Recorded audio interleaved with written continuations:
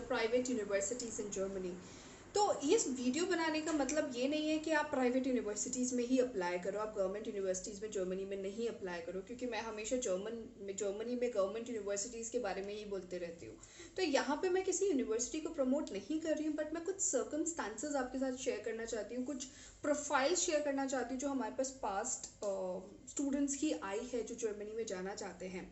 अब होता क्या है कि ये बहुत कॉमन प्रॉब्लम है वर्किंग प्रोफेशनल्स के लिए, कि जैसे कि किसी ने इलेक्ट्रॉनिक्स में, फॉर एन एग्जांपल इलेक्ट्रॉनिक्स में अपनी बैचलर्स की है, इंजीनियरिंग की है, और उनके पास जो वर्क एक्सपीरियंस है वो logistics and supply chain management में है, मे बी 5 ईयर्स का, 6 ईयर्स का। अब वो मास्टर्स के लिए प्लान कर रहे हैं जर्मनी में पब्लिक यूनिवर्सिटीज़ में। अब आपके पास जो डिग्री है वो आपकी इलेक्ट्रॉनिक्स से है, तो सप्लाई चेन मैनेजमेंट में पब्लिक यूनिवर्सिटी मिलना मुश्किल है, बहुत ज़्यादा मुश्किल है।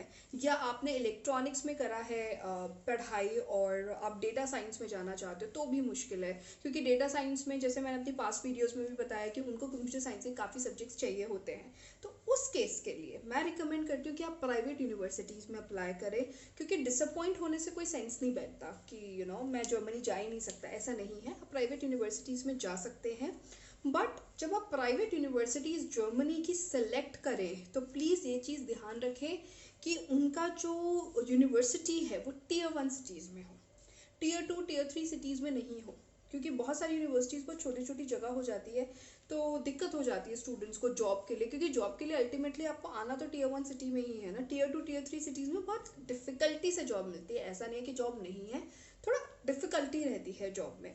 तो इट मेक सेंस कि हम बड़े शहर में रहें और एक्सपोजर लेवल हमारा ज़्यादा रहेगा। अब जब मैं प्राइवेट यूनिवर्सिटीज़ की बात करूं, तो प्राइवेट यूनिवर्सिटीज़ में काफ़ी सारी ऐसी यूनिवर्सिटीज़ हैं जिनके काफ़ी सारे सेंटर्स हैं, 4 5। तो प्लीज़ कोशिश करें कि आपको बड़ा शहर मिले। बहुत सारे बच्चे ये बोलते हैं कि अरे हम अगर बर्लिन में सेंटर लेंगे तो, फॉर एन एग्जांपल बर्लिन में लेंगे तो फ़ीस ज़्यादा है, और वही हम छोटे शहर में जाएंगे तो फ़ीस कम है। अगर छोटे शहर में थोड़ा बहुत 2-3 लाख रुपए का डिफरेंस आ भी रहा है तो it's not a big deal. Just try to go to the tier 1 cities, क्योंकि पार्ट टाइम जॉब्स में आसानी रहेगी, स्टूडेंट जॉब्स में आसानी रहेगी, फिर उसके बाद जब आप जॉब सर्च करेंगे फुल टाइम उसमें भी आसानी रहेगी। इसके अलावा एक बहुत इंपॉर्टेंट पॉइंट है, जब रिक्वायरमेंट्स की अगर मैं बात करूँ, इन यूनिवर्सिटीज़ की रिक्वायरमेंट्स क्या रहती है, तो इन यूनिवर्सिटी में आइल्स के बिना भी कुछ यूनिवर्सिटीज़ ले लेती हैं, ठीक है। अब आइल्स के बिना अगर कुछ यूनिवर्सिटीज़ लेती हैं तो उनको English language proficiency test English language proficiency letter चाहिए होता है, गवर्नमेंट आपकी बैचलर्स आपने जहाँ से करी है, ओके। इसके अलावा कई बार यूनिवर्सिटी स्काइप कॉल लेती हैं, तो दे जस्ट अंडरस्टैंड कि आप जर्मन इंग्लिश ठीक से बोल सकते हो या नहीं बोल सकते हो। और कुछ और भी बहुत अच्छी प्राइवेट यूनिवर्सिटीज़ हैं, जैसे कोलोन बिजनेस स्कूल, या आपका मेनहाइम, या आपका ECMT बर्लिन, काफ़ी सारे हैं जो जिस केस में आपको GRE चाहिए होता है।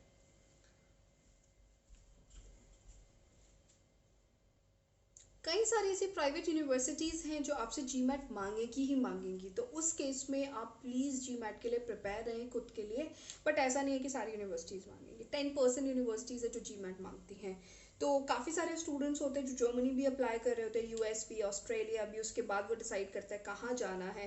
बट इट इज़ नेचुरल कि US ऑस्ट्रेलिया से ज़्यादा बेटर जर्मनी है, बिकॉज वहाँ पे फ़ीस भी कम है, अपॉर्चुनिटीज़ भी ज़्यादा हैं, और जॉब भी आसानी से मिल रही है, जहाँ तक अभी तक मेरी और लोगों से बात हुई है इन सब कंट्रीज़ को अगर मैं कंसिडर करूँ तो।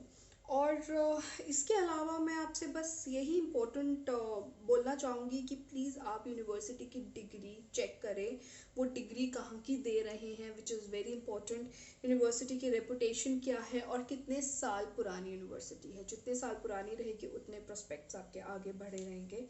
और कोर्स मॉड्यूल तो ऑफ कोर्स इम्पोर्टेंट है ही, क्योंकि हम स्किल्ड हैं, राइट। बट हमने जब अपनी मास्टर्स करी हमें नॉलेज है, बट हमें उस चीज़ को प्रूफ करना है ना।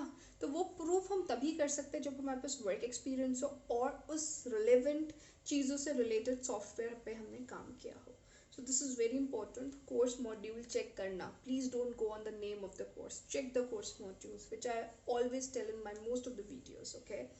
बाकी आपको कोई भी क्वेश्चन हो, कोई भी डाउट हो, आप हमारी सर्विसेज भी ले सकते हैं, आप हमें कॉल भी कर सकते हैं, आप हमें कमेंट भी कर सकते हैं, we will be really happy to answer it, और you can write down a mail. Please, if you like my video, do not forget to like or subscribe my channel. Thank you.